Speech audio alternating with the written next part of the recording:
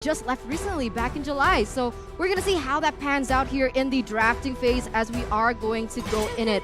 RRQ Hoshi on the blue side and Echo Philippines on the red.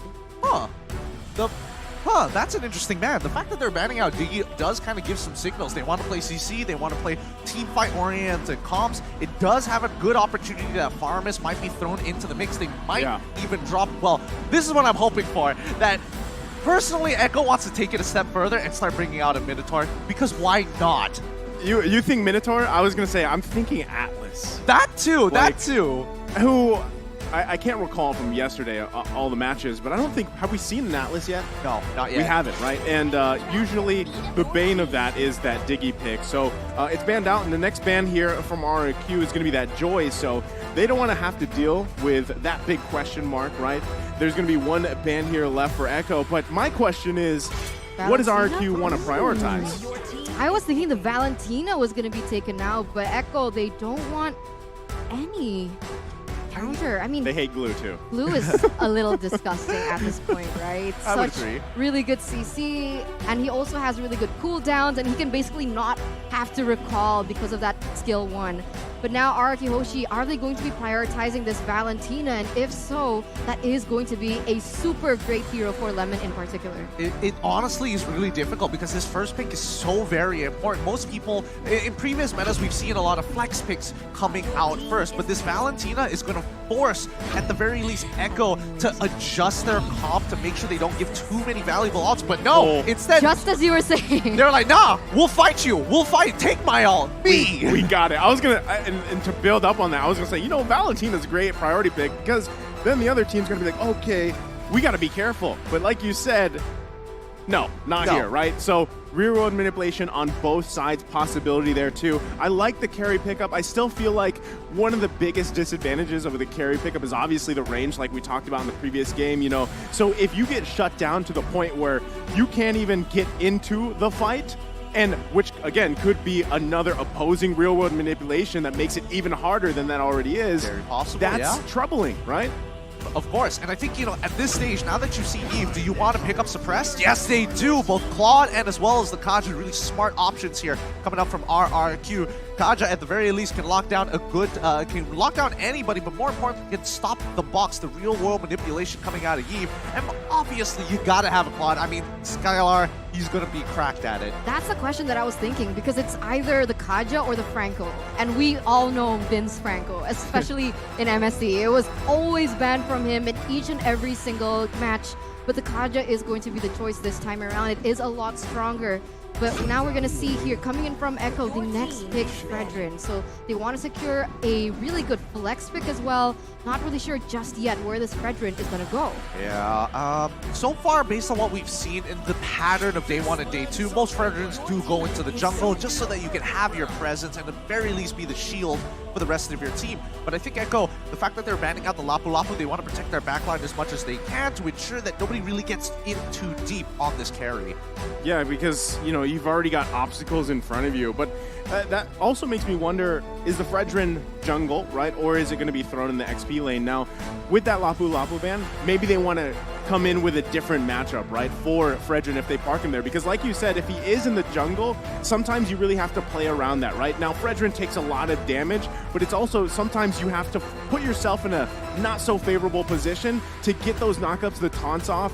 And how often really do you see that Prazer's Wrath pick up a kill? When it does happen, it's awesome, right? Yeah. But it's still something that's difficult to pull off in the right moment. That's actually a really good point here, because when we look at RRQ, the fact is that their composition generally wants to limit what Echo plays around, right? Oh, you're looking for an engagement? We're going to shut it down. Pick one of you off and then look for the all-in at the end of the day. The Lolita gets banned out, and finally, the Hayabusa coming in from Echo. Yeah, they're starting to limit any options for Albert here. What is he going to be picking up? But the crazy thing about Albert now is previously he was really known for those assassin types, but he's also evolved in case he wants to onto those tank or even fighters in the jungler. So with this much CC from the Eve, do you think he could pick up someone like the Martis? Honestly, I think it would be really, I think it would be really disrespectful if he locks in Lancelot and plays Call TZ skin and wins this game. Oh, I'd like think that. about that for I'd a like moment. that. That would be ridiculous if he pulls that off. A bit upsetting, of course, but the Yuzong going to be locked in. So I think that gives us our answer where the Yeah. Fredrin's going, right? Fredrin So, jungle. And I was going to say this similar concept here was that Carl TZ, known for the assassins, right? But at some point in the meta, like a lot of these junglers, they had to force themselves to learn these objective-based utility junglers, right? So again, I feel like jungle is still a very important role for all of these teams here in M4, but at the same time, what we're seeing is XP, roam, the mid lane especially, where then gold lane, the marksmen, or it's not always marksmen, but the gold lane, they shine much later on. The thing is, the trend so far is we don't see these super long games, right? I mean, there's been a couple 20-minute games, but again, how does that all play out? And look at that, RRQ is going to lock in an Akai as well as the Benedetta. I feel like this is like an RRQ classic, is it not, Eterna? Come on. I mean, they got the Benedetta. I mean, the Akai, of course. I mean, honestly, I would have loved to see a Lancelot. That would have been great, but Akai does the job so well at pushing back the aggression of Echo. I mean, it's Benedetta's on R7, R7 on Benedetta, so that is a signature pick for him, in particular here in the Indonesian region. And now, what is Echo gonna, sum this up with? Because I really like that Yuzong pick initially, taking it away from RRQ to choose because they had a really strong backline in that heave. And as a result, they are gonna be picking up a CC hero here in Kufra. That's really interesting. I was thinking maybe some way to combo with the Eve, some way to kind of disengage. I was thinking Atlas. I was thinking Atlas as well, maybe even a Lolita, but Kufra I think is an interesting blend of both, right? It's still spatial denial, but the playmaking capabilities could be the difference in this game. There you go. The two final lineups coming in from RRQ Hoshi as well as Echo Esports. Who is going to come out on top, as they have brought very distinct, different type of playstyle in the way that they drafted and their composition-wise. Yeah, and honestly, if they want to be playing for the later stages of the game, that's absolutely something that Echo can do. However, as we saw in our previous matchup of RRQ Akira up against the Valley, that Claude can make all the difference, including that Benedetta with a Petrify. So let's jump right into it. The Land of Dawn awaits us here, as one of these teams are going to be walking away feeling real good about themselves. Is it going to be from the Philippines or Indonesia? Take your votes and your guest coins out now. Let's go. Coming into this first game here between two of the giants of their particular regions, we see that Benny Cutie is actually going to start off with helping out Carl TZ in that buff, and therefore he is going to be able to rotate quite faster than Albert. Whoa. What's going on the top side here? We see the Kufra actually looking for it, and he hits it. Yeah, he's going to find Skylar here, but BMI's out. Should be fine. Vin now there to help him too. So, and this is the thing, right? Where do you park these roamers, JP and Vin, to get the most value out of it, right? Because at the same time, XP lane, that Benedetta-Yuzong matchup, that's going to be more so interesting how they develop into these objectives, right? Especially the first turtle, and where that first kill can be, and it could be up here, and that's the focus, but it's Lemon, though. Sanji forcing the flicker out. He flickers in. Sanji with the first blood. I mean, you could see even from the beginning of the game that Sanji was really pressuring Lemon there in the mid side. Lemon is known to play really aggressively, and this time around, it actually put his team in a disadvantage. Yeah, this is great for Sanji as well. I mean, he's already got the mystery shop, so he's going to be accelerating even faster. Luckily, at the very least, Lemon only loses a bit, but now the catch comes through. Oh, that's going to be tough, but they do get the flicker out from Vin, so that's a nice pickup, right? Because he doesn't have the Divine Judgment just yet, but still, with that being down, this should make it a little bit easier to grab or at least contest that first turtle. Right now, Albert already going into that bottom side, looking for the pressure because the turtle is going to spawn in under 5 seconds. That's exactly what they want to do. They want to set up first. And even in the top lane, it seems like Skylar might be having a little bit of a hard time with the early game damage that Carry has. Yeah, I mean, it's all about like the timings, right? Level 2 is when Carry starts to get really good, but now they've already locked down Albert. Let's see how it goes. Okay, they're going to force this one. Turtle still going to be focused. One Retribution comes out, but it's focused by Carl TZ, able to secure it.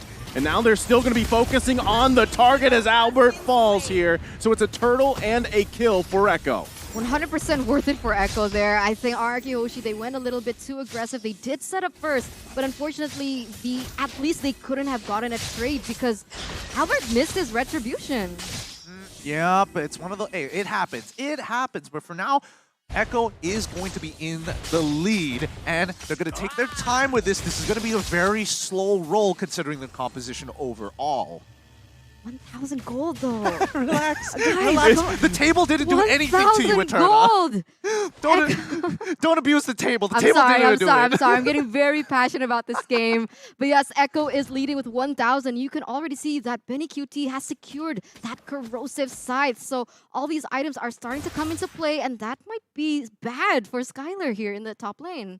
Honestly, it's quite interesting that JP is hovering around the top side so much. I mean, that's the best case scenario for them. You really want to just park there. If you can find a pickoff, this is something that we were talking about previously in the backstages. Where does Kufra fit in now? It's high risk, high reward, and that's going to be the right target as they find Vin, forcing the flicker out. No one's going to go down just yet, though. Carl TZ now looking to back everybody out. There's probably not going to be anything committed just yet, but still, JP going to charge up. Do they go in on this top side? But for now, disengage. Yeah, they have to. 25 more seconds until the turtle comes back up. I mean, the proxy of the waves started by R7. They don't want that to go to waste, but he's not going to get caught here, right? No, definitely. He's R7. He's got a brand to keep. Hopefully. Hopefully. Still sweating here. 1,400 gold lead. 8 seconds left on the clock. But you can see Fredrin already. Seems like Echo, Fredrin, they all have that better space on, and they have the better setup for now. Either RRQ Hoshi, they're not going to contest this. They're going to look for something else.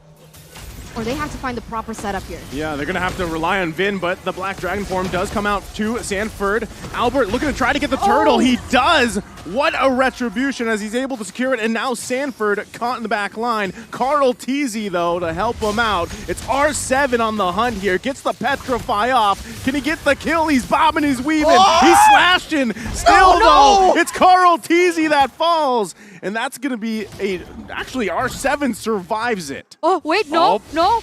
Okay, he does. He does. He gets away with 1 HP. Oh my goodness. I was about to throw up there. Literally about to throw up, and I could definitely see it in Eterna's face. If that Appraisal's Wrath went through... Yeah, it was close, man. Very different story. However, I will say that RRQ, their win conditions in a 4v4 comes down to whether or not Vin is able to find that pick. Oh, no. JP. Again, Skylar, will he be? He actually doesn't even need to use the BMI, but now Sanji up here too. Vin gonna have to back off, does not have the Divine Judgment. Lemon, though, gonna take the real world manipulation back and now forces them to disengage. It's a cat and mouse game here in the top side. Does not end. It really does not end. Both sides not trying to not give each other that space, and I think RRQ need to unlock Skylar from this goal lane. These are strong 5v5, but 4v4, it's really, really awkward when you don't have that damage and you're depending on R7 and Lemon, who are, especially with the heroes that they're using, aren't known to 100-0 people this early on in the game. You gotta say though, like Skylar, as much as focus has been put on him from Echo, he's doing a great job. He hasn't died, right? And he does have that Purify able to help him out here, but still, so far, with as much attention as being put up there, this is best case scenario for Skylar. He's still able to farm up, do at least decently well in that lane, and then hopefully transitions later on. Again, Vin really hasn't had the opportunity either to find the Divine Judgment he's looking for. So this could be it. Conceal Play gonna come out, Flicker comes in. They find Carl TZ, that's gonna be a kill under the turret. Looking for another, but JP gonna charge up and not commit. The turtle has spawned though. So now does RRQ look to take the turtle here with Carl TZ down. Doesn't seem like they want to. They have a man advantage though, so it should favor them in particular. But look at Benny Cutie. He is so focused on those objectives. He's gonna get a tower on the top side. But oh my god, Albert! They're gonna find Albert here. Quite a few combinations coming out. Albert gonna fall, but look at the damage from the Electo final blow. R7 gets Sanford. It's Skylar that grabs the kill. Benny Cutie on the backside. He's in misplaced. Benny Cutie though with a play before he goes down. He's one hit away. Wait. Benny Cutie survives. Oh, 2 for 2 for now, but that was beautifully done by Echo. Okay, they did have a lot of casualties, but they are going to be able to force and push RRQ off this next turtle and even perhaps take it for themselves. The pressure is on. Did BennyQt just first item Wind of Nature to survive that with 1 HP? We're gonna have to check the items in a little bit. There's just so much action happening across the map. It's hard to keep up with it this time. I mean, there you go. Items. Oh my goodness! Wait, having a look. He has it. Yeah, he has it. But he had Second the item corrosive already side, gone, but yeah. he had the corrosive side, which is actually really important here because if he did not have that corrosive side, Skylar would have easily just walked away from the fight. Man, that is such a clutch moment to have that too, and just the way that all played out. Again, BennyQt able to grab that early kill does set him up here, but Skylar still, right? He's managed to grab 2 himself, so those marksmen, those gold lanes are really going to pop off as we get into the further part of the mid to late game here. Oh, I will say that Skylar has a bit of an advantage with the golden staff, but until we see the man, the myth, the legend, BennyQt get one for himself, that's when he's really going to show his stuff here. Oh, Vin no. is just waiting to see if they can. Both real-world manipulations come down, but look at the damage from Sanji. Able to grab a kill, Lemon falls. Carl Teasy on the backside, though, now on the hunt for Skylar. Pokes him a little bit, but not able to commit. The taunt's there. Vince could be in trouble here. JP, he's actually gonna survive, so doesn't have that follow-up they needed there. No. 2 of the members from RRQ Hoshi, they weren't focused on that. They were trying to get objectives in the top and the mid lane. But now RRQ Albert, he could be in trouble as Echo once again getting another tower in that bottom side. Again, the slow roll, this is what I was talking about. As soon as Echo was able to actually get that lead, they're going to slowly start bleeding RRQ out until they have no more resources left. And it's going to be highly dependent on Skylar to try and get to that game. But the later stages, yeah, look at this. R7, again, I'm not even worried. Look at the Classic just going at it. An absolute OG. Naturally, with his own mechanics, gets out of the situation. But yes, Echo is playing for late, and that's where we have to keep our eyes out for. But even then, Sanji's already popping off with that damage. I mean, he doesn't even have any damage items per se, right? He has the frozen, the Ice Queen wand, and he also has the Enchanted Talisman, so more cooldown, more to utility. But even then, the damage already felt, and even Lemon was taken out before that. So very well played by Echo in terms of that team fight, as now both teams are going to start centering and focusing on the next objective, and that is going to be the First Lord. Well, I don't want to be that guy that said, you know, Lemon's taking all that damage and died, but that was kind of on him for the most part. Well, I mean, either way, both teams here in a good position for this First Lord. I think it's just going to be juggled around a little bit as both teams do the Lord dance, as we've seen many times before. But still, there's the golden staff pickup for BennyQt here. So if he can get in that range that he needs to be, this could be a very bad position for RRQ to fight in. I agree. But on the flip side here, we can see R7 already clearing that top side, putting a little bit of pressure, as here JP misses his ult. JP's going to miss that, but Albert poked a little bit here. Black Dragon form going to come. Who does secure the Lord? It's going to be Carl Teasy with the Retribution. But on the backside they go. Electro final blow. It's R7 that falls. BennyQt, though, and Sanji. 2 down for RRQ. Carl Teasy still in the chase to push him out. And now the eyes are set on the tier 1. It looks tough here. I mean, the fact is, Echo is playing as a 5-man unit. RRQ just one man, just a little bit late to the party, and even Skylar just struggling to find the opening to get into that middle, get into the middle of the fight. So they're just cutting their losses for now. Oh my god, the pressure coming in from Echo. Now they're focusing on the mid side. They're trying to clear the waves as fast as they can because they have a Lord to cover here on the bottom side. Carl Teasy going to take away that red buff as well. This is looking quite chaotic for RRQ. Oh, Albert going to get caught here in a bad position. He's going to heavy spin, try to get out of there, pushing Carl Teasy into the turret. Able to grab a kill himself. Albert with a pickup. They lose that turret, though. Does Echo press this situation here? JP gonna jump in, finding Albert. Rear world manipulation gonna come down from Lemon, forcing Echo back a little bit here. Black Dragon form committed. It's Albert 1 hit away as he goes down from BennyQt. Lemon falls too. JP into the deep of the base, but R7 with a massive play. Electro final blow committed as 3 fall for Echo. Oh my god. Oh. What was that sound, Gideon? What a I mean, there's just so many moments. Gideon sound. It's still sorry. It's just the ad libs at this point. But like BennyQt, when you see somebody get to that level of attack speed, you don't get to see people survive it that often. No. I mean, just look at this. Albert, he dies. You're expecting that. Lemon dashes one time forward, takes 12 auto attacks and dies instantly. And look at this, Vin also taking so much damage, but this is the masterpiece. R7 able to deal out so much damage there in the bot side, and even buy enough time for RRQ Hoshi to kind of recalibrate themselves into this next part. But we're going to take a little look into the items first. Looking at R7 right now, he's currently 3 items, and I think he's building into a Malefic Roar for his 4th. Looking at Skylar, he's in a good position with 3 items in and of itself. But if we're looking at supports, that's the big difference here. Because with the supports, they're building as tanky as possible, but Immortality makes all the difference for a Kufra. Yeah, I mean, I gotta say, the question about Kufra, you know, where does he fit so far? Because he's kind of, in a way, that hero has fallen off a little bit. But so far, JP's doing an amazing job at really finding the setups that he needs to, utilizing the Kufra here. Especially, I mean, with Sanji setting up those perfect real-world manipulations so far, Lemon's doing it too. But the thing is, I haven't seen Vin just yet exactly find the mark he does. He has the 7 assists. He's finding targets. But if he can cancel out Sanji, that's going to be a huge play for RRQ. Oh! No. Okay, that's a good disengage. Nobody is going to, you know, bite the bullet for now. And I think RRQ also understands, like, yeah, we're slightly behind, but it's not the end of the world. Sure, you want to have Lord? Fine, we can defend against it. Their high ground should be enough for this. Oh, they don't have the real one manipulation, but a flicker comes out. The blazing duet from Skylar, but Vin could be in a bad position. R7 though, keep an eye on him. Looking for an angle here. Electo final blow with the Petrify gonna come out. He gets canceled a little bit here. Sanford still up. R7 gonna fall to Sanji. And he's still going as Lemon gonna be the next target. Able to survive, but they might chase him down. He's slowed with the flicker in from Sanji to clean up. My god, 3-for-0 trade. Echo gets the Lord.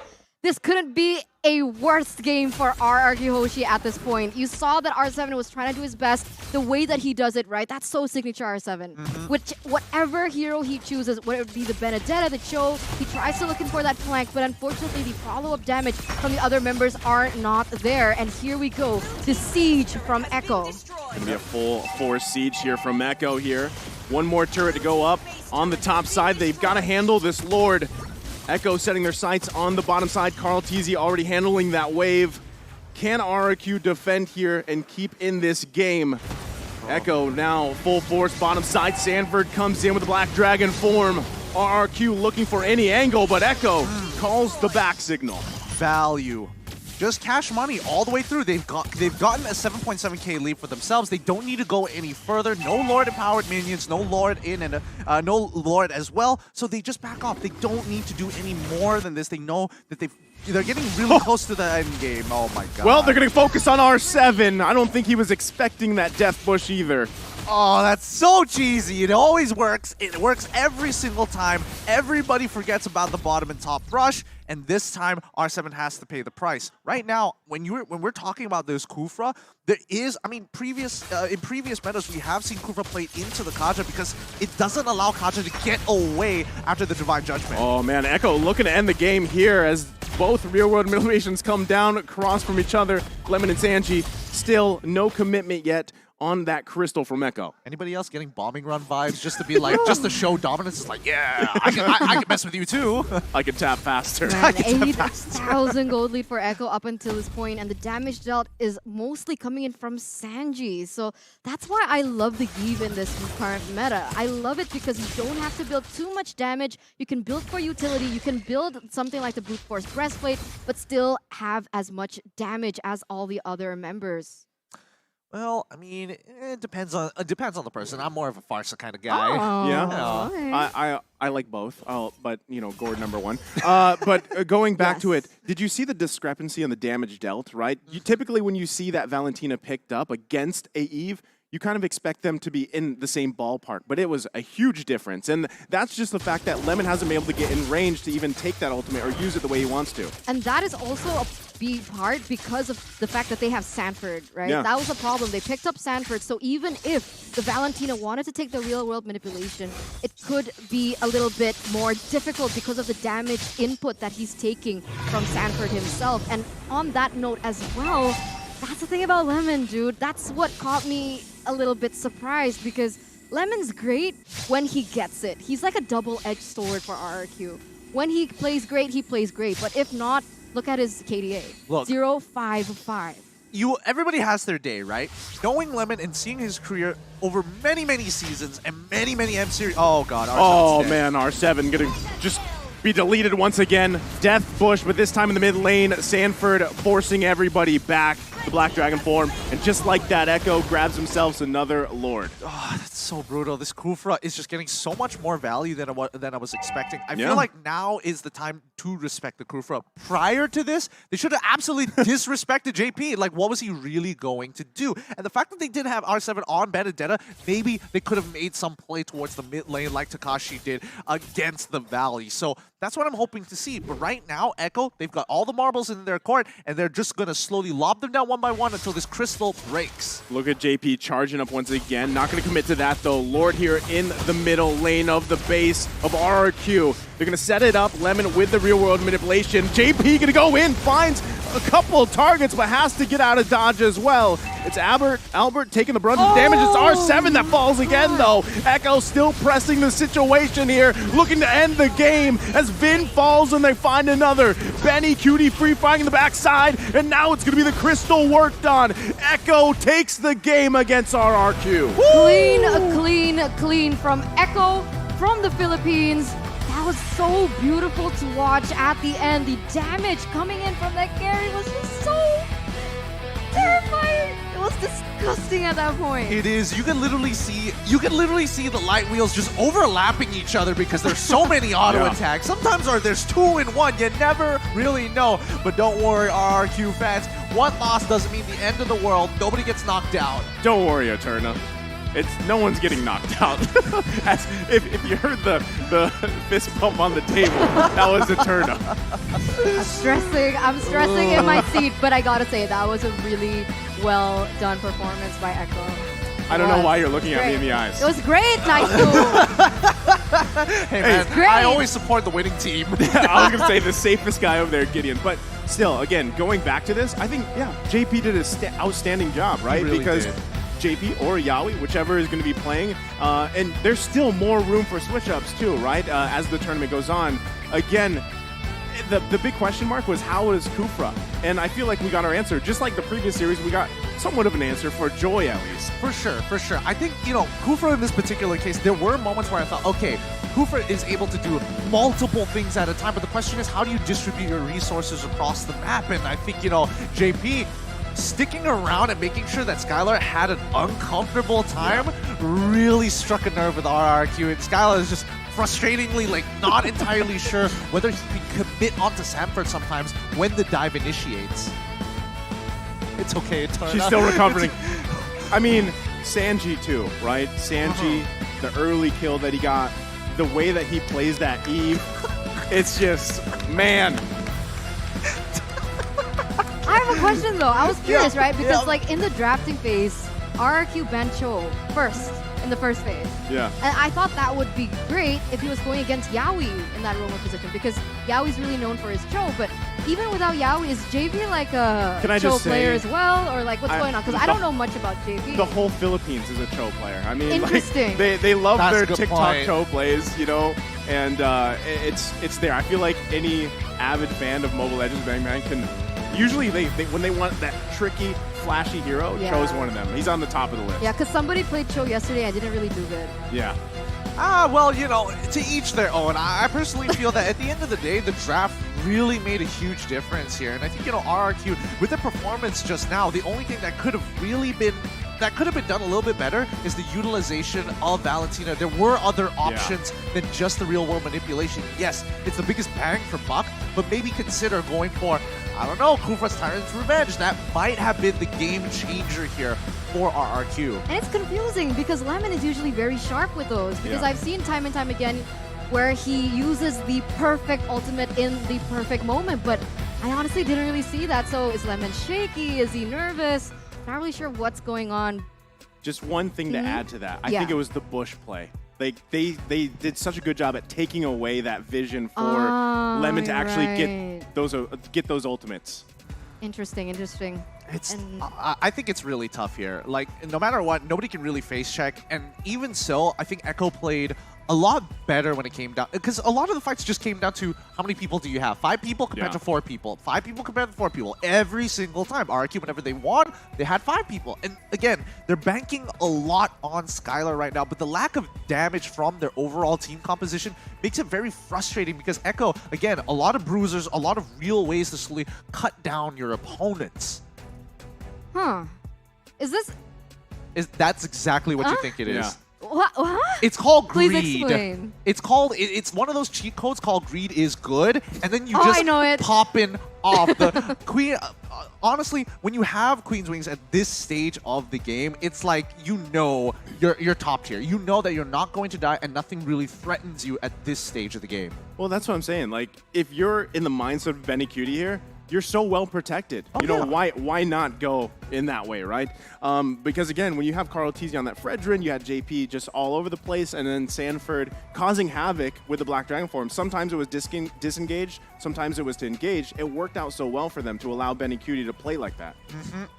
Now, coming down into the damage charts here, right? In terms of team fights, I mean, Vin is part of every single one of them, but Sanji makes his life so very difficult because even if he catches anybody else other than Sanji, Sanji punishes him. Not only that, you have the Kufra. Every time you land the Divine Judgment on the Fredrin to stop him from retribution, bam, bouncing ball, can't pull him back into his own team. He's stuck dead in the water every single time. He missed once. He missed once. I saw that. Do you have a tally just like on a notebook separate? Yeah, I'm the so notebook's here. salty, okay? JP, you missed.